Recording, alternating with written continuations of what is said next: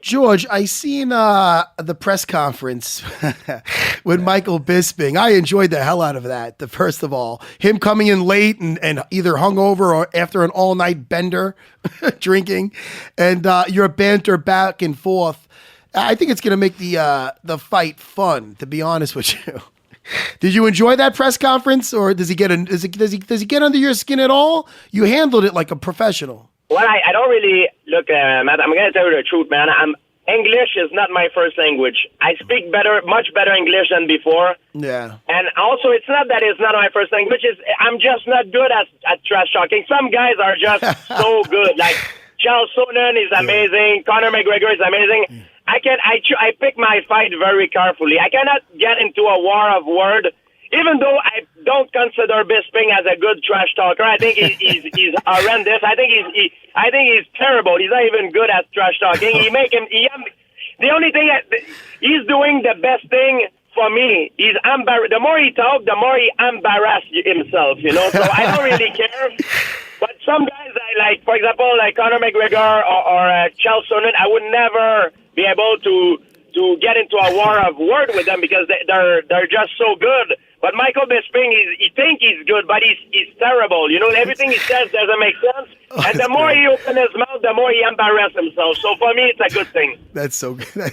Well, that was a pretty good response. That's so great. That's so great. And George, you mentioned 3 weights. Now, obviously, middleweight, welterweight. What was the other way? Were you thinking of going lightweight or 155? Yeah, I couldn't make it. I couldn't make it to lightweight. My coach Ferraz told me a long time ago. He said, "Why don't you fight lightweight? Why don't you fight lightweight? Why don't you fight lightweight?" He keep bugging me, telling me that I should fight lightweight if I want to make a super fight. I said, I never tried it, but I'm pretty sure it would be easy to do because a lot of the lightweight guys are my size, when they off season. George, one of the things that stood out, and I think it's an unfair criticism of you, and Bisping said it the other day, some other guys said it, and they say, "Oh, George, you're a great athlete, but you're not a fighter. That's the difference. You're not a fighter." I think that's very unfair. Now, let me tell you something. I've seen fights. First of all, I could name your fight with BJ Penn where he got you bloodied up and you came back to win the next 2 rounds. Your fight with Carlos Condit when he kicked you in the head and you had to survive that and come back. Your fight versus what's the other one I'm thinking of? Serra? No, well, yeah, when you kicked my ass. No, it's not that. Johnny Hendricks too. He punched me in the 5th round. I came back hard. I've shown it through my career. The thing is, I believe that I show a lot of heart through a lot of my fight. A lot of the fight that I had, I dominate most of the round, all the rounds. But if you're winning a fight, it's up to the other guy to take a chance to open up, to make himself available for an open up to win the fight. No. If you're winning and everything goes well, it's the art of war, my friend. If everything goes well, you keep doing what you're doing. If you're winning that fight, in America, sometimes we don't understand that because in our culture, a lot of guys they go see a bloodbath or a slugfest. But if you go in Asia, they understand that very well. It's the principle of the art of war. You know what I mean? If I'm losing a fight, if the fight is tight, I need to open up. I'm gonna have to take risk, and I need to open up, and I'm aware of it. But a lot of the guys that I fought, I would say I beat them mentally before that I beat them physically in a fight. So they accept the defeated even before the end of the fight. So that's why the fight, I got a lot of criticism being boring because the guy they didn't open up to me, and I was just winning. If I'm winning a fight and everything goes well, it's up to my opponent if he's losing to open up and create opportunity. Me, if I'm winning, I'm just going to keep doing what I'm doing. I'm winning. You know what I mean? I'm doing very well. You know what I mean? That's the real strategy of fighting. You know what I mean? Yeah, well, and if you don't do it that way, most of guys that don't do it this way, they have a very short career and their health is not very good at the end of their career. Well, I think that has to do with a lot of your success. I mean, again, I said it before with John Danaher saying, he says it, George is a master of the shoot box. That's what he says. I call it, when I used to spar, I used to call it feet to floor. But from closing, you have a very good, and I felt it firsthand, especially in our second fight, you have a very good sense of closing that distance, and your timing on your takedowns is just uncanny. It's just so on point. Like, for instance, when we were fighting our second fight, and you have a very good jab. You were jabbing me in my head. There's times in sparring when I let guys jab my head and I wait like it's bothering me, and then I get close and I fire off a right hand. When you're jabbing me in my head, I remember being like, all right, keep doing it. I'm going to get you. And then I threw the right hand and you shot exactly when I tried to hit you. And I was just like, shit. Matt, the main reason is that happened is because you knocked me out in the first fight, so I knew your right hand was very dangerous, so I was aware of it. Well, I'll tell you, George. I mean, people, they bring up the first fight a lot, but, hey, listen, as far as I'm concerned, we have a clean slate because you got me back in Canada, my friend, and you were on point in that second fight. And at my very best, I feel in that fight, I might have went the distance, but I feel like you were just so on point. You outfought me, and you were phenomenal in Canada, buddy. But thank you. We both have our day. We both have our days. That's right. We have a clean slate now. We both had good days in there with each other. Yes, exactly. And have you seen Hendricks move up to 185? And what did you think of him against Hector Lombard? How good did he look at 185? He looked very comfortable. I think he's comfortable, but I believe the best Johnny Hendricks that I've seen is gone. When he fought John Fitch, Martin Kaufman, Carlos Condit, when he fought me, I think this Johnny Hendricks is gone. I didn't feel the same pop, the same explosiveness, the same... maybe he's going to prove it wrong at 185, maybe, but I feel he's not the same anymore. Yeah, it's funny because Johnny's been on this show before, and he's just another nice guy, and I remember talking to him, being like, and I asked him, I go, Johnny, and I brought up those fights. I talked about all the guys he stopped, besides you, of course. I brought up the guys that he stopped, and I go, Johnny, you just don't look like as ferocious as you once did. I go, what's the deal? And then that's when he got into the weight cutting and whatnot.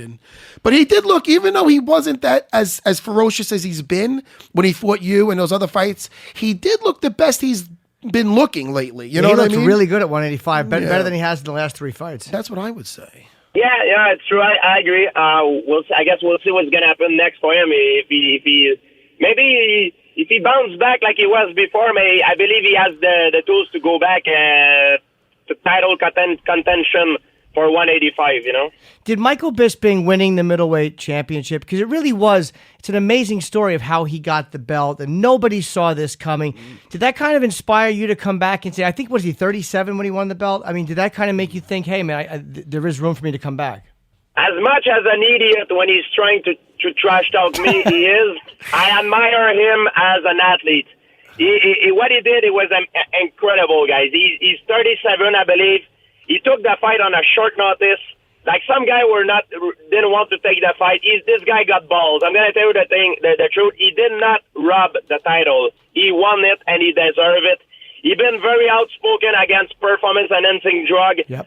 He's one of the guy, I believe, from what I've heard. He didn't make a lot of money as much as he should have made, and as an inspiration as an athlete he is, for me, I saw it a great opportunity to come back and fight him. And you've been open in the past about ring rust and your thoughts. How do you feel after 3.5 years? How do you kind of combat that? Well, it's not like I've been sitting on the couch for the last three and a half right. years. I enjoy my life. I did some other things. I love paleontology, dinosaurs. So I had a chance to travel the world, go on site, things like that. But I always stay in shape, always train.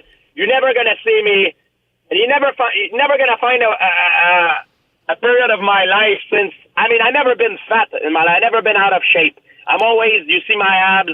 Physically I look good. Even though I go on vacation, drinking and stuff, enjoying my life, I always keep myself in shape. There's a line that I never cross. Me too, George. No, actually, no, I can't. What are you laughing at, George?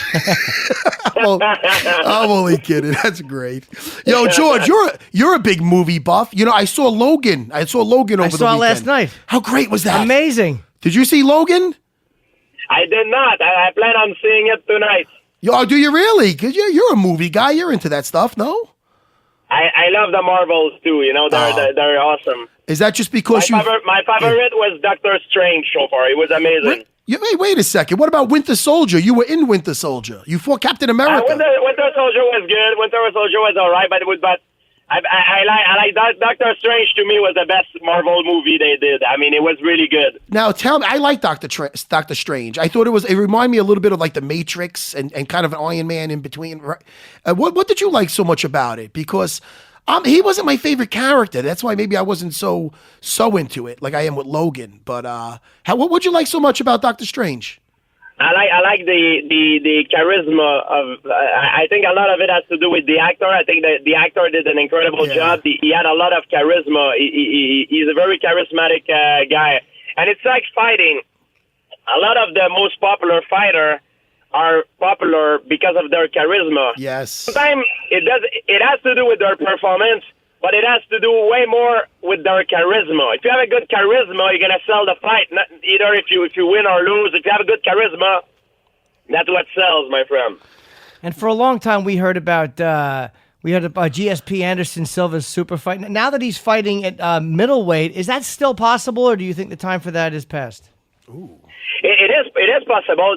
Look, the truth is this, and it's the truth. The only time I've been offered to fight Anderson Silva formally, like a real offer, was after my fight with Johnny Hendricks when I retire. But it's not because it was Anderson Silva. I would not have fought nobody.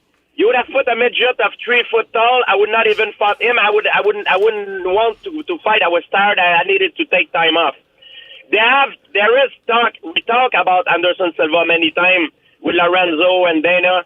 And what I wanted to do at the time, it was a big lineup of contender in my division. And what I wanted to do, if I would have fought him at the time, because I had to defend my title too, I would have done a catch weight, 177 with VADA, because VADA USADA was not in place back then, and I wanted to do the VADA testing for a performance enhancing drug, but they didn't like. I think the UFC didn't really like the idea at the time. But then after I had to fight other guys, after I blew up my ACL, then a lot of guys were waiting for me to come back. Then I didn't have a time to stop. I didn't have the opportunity to. Well, and George, how do you feel that USADA has done cleaning up the sport? It's better than it was, but I believe USADA. The system of USADA is made to catch guy on a long term, not on a short term. It's made to catch a guy on a long term. VADA, it's made to catch guy on a short term, not on a long term. You understand that? Yeah. What's the difference? Some system is made to catch a guy on the long term, like USADA, because the way they take the blood and so it's good too. It's just different system. And what's the difference in the other testing that catches you on the short term? How do they do that? The VADA, they're going to test for certain things. It's like every sport demands different physicality. For example, if you're a guy that do Tour de France, like a bicycle, you're going to use substance like EPO and stuff like that they're going to test it for certain stuff. It's mandatory.